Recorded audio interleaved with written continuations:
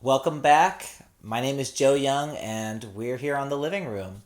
Last week, we talked about one of the fastest ways to grow yourself is to take other people and be interested in their growth.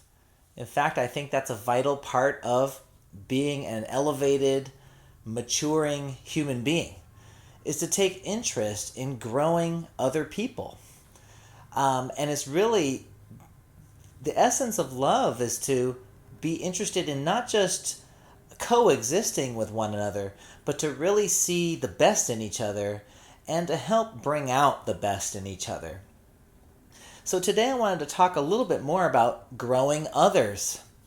You know, when you grow vegetables or plants or flowers or whatever it might be, you need a specific geological, environmental set of conditions, right? The sunlight needs to be just right, the rain patterns need to be such, and each, particular kind of thing you're wanting to grow might need a certain, parameters for the weather.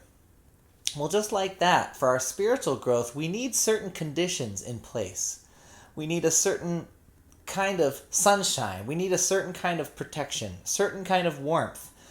Last week I mentioned greenhouse, right? We need a spiritual greenhouse. And at the very core of it, the most basic ingredient to that spiritual greenhouse is love.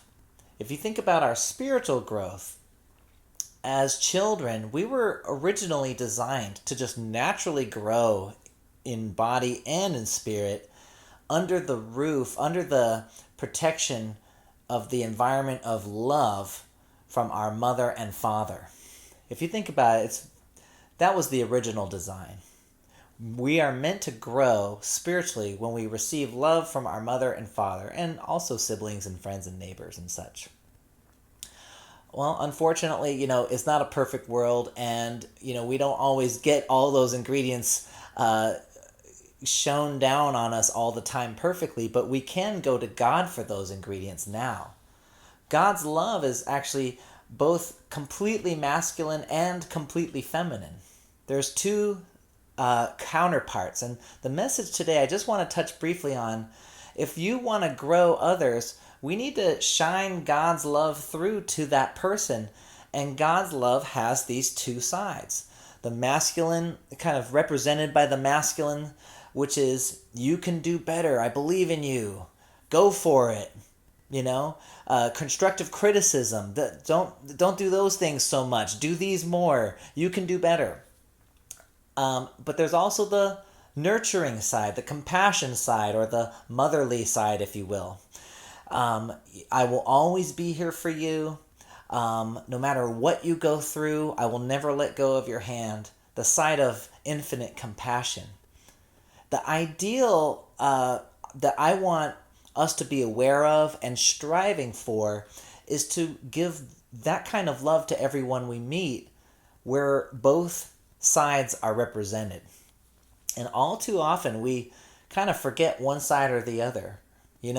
Sometimes we're in there hoping and cheering for somebody's growth, but we lose the soft touch. Do you know what I mean? Have you ever tried to help somebody out? Look, I'm going to get you on this, I'm going to get you on the track, to fix this problem. And you just do this every day, and I'm going to check in on you. And we get in there, we rolled up our sleeves, we want to help this person, maybe a family member. But, change is hard. Maybe they're not ready. Maybe they're dragging their heels. Maybe they're sabotaging it, something. And eventually we get frustrated. A lot of times when we're being helpful and when we're engaged and we're trying to coach someone, we lose all the warmth and the patience. And then we just throw in the towel. Have you ever felt that experience? Okay, finally, I'm out. You're not listening to me. I'm done. I'm just going to go over here and you do your thing and I'll do mine. But, I'm here to say that's not the ideal either. Just putting your head down and marching forward with family, friends, loved ones is not the full scope of godly love that we could be expressing. There is a place for tolerance, patience, compassion. but we can never just leave out one side or the other. And I heard a story on Christian radio. It was really, really moving. It was really inspiring. The wife had had a postpartum depression, but it lingered on and a long time. This, poor woman was very down in depression and not functioning well. And the husband at first was just kind of dealing with it. It's like, well, I totally understand. I'm not a woman. I can't relate. I don't know how to help you. And so he just kind of put his head down and went to work month after month after month and just tried to tolerate it. But at some point it was just wearing him down. And the wife actually had a moment of totally divine clarity. She said, I need you, as a husband, I need you to not just put up with me. I know I'm in a funk. I know that. I don't want you to just put up with me and hold everything down and be a superhero. I need you to tell me that I can do better. I need you to show that you believe in me. I remember hearing that story and I thought, that really actually profoundly impacted me. I sense in myself the tendency to just separate off. Like, okay, I'll be my own island, and if other people around me are doing their job, great. Look, not many people are helping me, so, good luck. That's my tendency. I think I'm warming up, and my wife has told me I'm doing better and better at being more involved, engaged.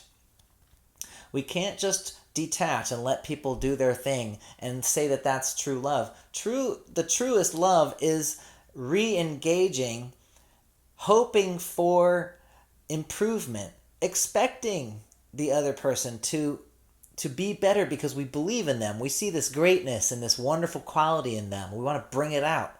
But then also bolstering the patience. You're going to have extra patience and extra just strength in being compassionate. Extra compassion. May not take a short time, may take a long time. So I thought that story was great. I think I heard one guy say it as the ideal is high expectations with high warmth. And a lot of times we just do one or the other. We do all warmth, but we don't expect and push for better. Or we do all expectation, but we lose all the warmth. It's all just this hard edge of you do better and you do your job and you do your half. And I totally recognize both tendencies, and I could see parts of my life where I was too much one or too much the other. I can really relate. So let's take this into account. When we think about growing someone else, when we think about loving others, we've got to bring both sides to the table. We've got to bring both sides. And that's not, the way Satan does it is he loves to lead you to do one or the other, but not both, right? We're doing a tremendous disservice when we tell somebody, that's all you can be. You're done growing.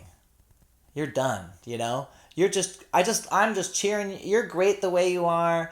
And there's no accountability. There's no checking. There's no, hey, man, I believe you can do a lot better at this. If you just tweaked or here's some constructive criticism. It's really a disservice to not believe in somebody's ability to overcome and become transformed and victorious over their situation. There's so much out there when you just turn on Instagram or watch the news. So much out there is just subtly undermining our ability to overcome circumstances and just blaming and looking at how bad the news of the world is, how heavy, how insurmountable the bad stuff is. Oh, the history of this country or the politics or the way the ruling class has it all locked in. It just makes you feel helpless more and more and more. But God's love is the type of love that makes you feel empowered.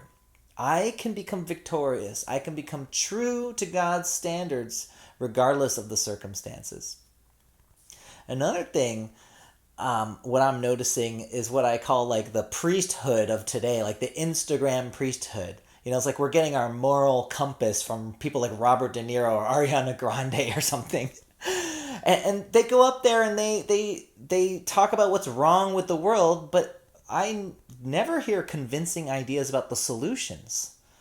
So when God comes in and says, hey, you need to do better, there's always an instruction with a solution. Here's what you got to do. Here's who you have to love.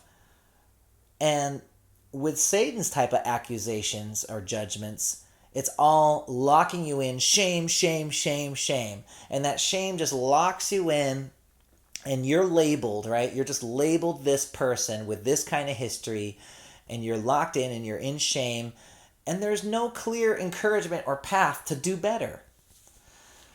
So let's shine the right kind of love. The tightrope is kind of the visual I have in my mind. Let's walk the perfect tightrope where we're bringing both sides to the table. Let's not lock and label people in with our judgment and accusation and let's not let's not just overly do the compassion and sort of in a very underhanded way. We're not believing in their growth. God, the touch of God's voice, God's instructions, God's words, and God's people have the voice and the tone of, I believe in you. I know you can grow. What can I do to help you? Do you feel the difference? You're going to notice the difference when you start thinking about this. I love when St. Paul says this little thing, always be gracious and season it with salt. I'll read the exact quote right here. Let your speech always be gracious, seasoned with salt, so that you know how to answer. So it's really a wonderful quote that's the visual I go by when I'm thinking about my day-to-day life. I'm going to do grace as much as possible. And I talk a lot about grace on this series on the living room. I really believe everyone needs to feel more of it from God. When you're feeling grace, you can give grace and be more loving. So always be grace, always be compassionate, patience, patience, patience, warmth. But season with salt from time to time. Be engaged. Don't just check out and be a mush of just a detached, I don't care, I'll just infinitely tolerate your flaws. Look, we're not supposed to be flawed. We're supposed to be working on our flaws.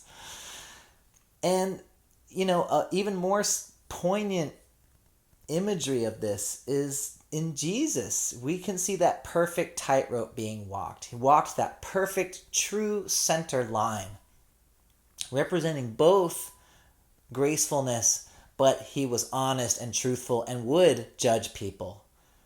People misunderstand that Jesus loves everyone. He's so compassionate, yes, but it's not true that Jesus never judged anybody. I mean, he really laid it into a couple people. He was definitely not shy of judging the Pharisees. The Pharisees had an incredible responsibility for that time period in history. He was very clear about his judgments on the Pharisees. But we have to remember this one very important aspect. Jesus never judged anyone that he wasn't also willing to go to the cross for. Jesus' love was clear, honest, but also compassionate. If we could even be 1/10 or 1/100th of that kind of love, we're willing to judge and discern for ourselves what is good and bad, what is right and wrong, what habits in me need to be changed and removed. We need to separate these things out, but we also need to be willing to sacrifice completely for one another. It's a profound balance. So I hope, brothers and sisters, you can think about this. Think about, it's either your marriage, your relationships, a friend you're trying to help. Chances are the thing that they need to grow is love. That's probably the best thing and most effective thing that someone can feel and receive is love. But when you're thinking about bestowing and shining God's love to someone, let's bring both sides to the table. A helpful, constructive criticism, a sounding board, an instructor, a mentor, but also a person of infinite, deep compassion, nurturing, and healing. That's all for this time. We'll see you on the next one at the living room. God bless.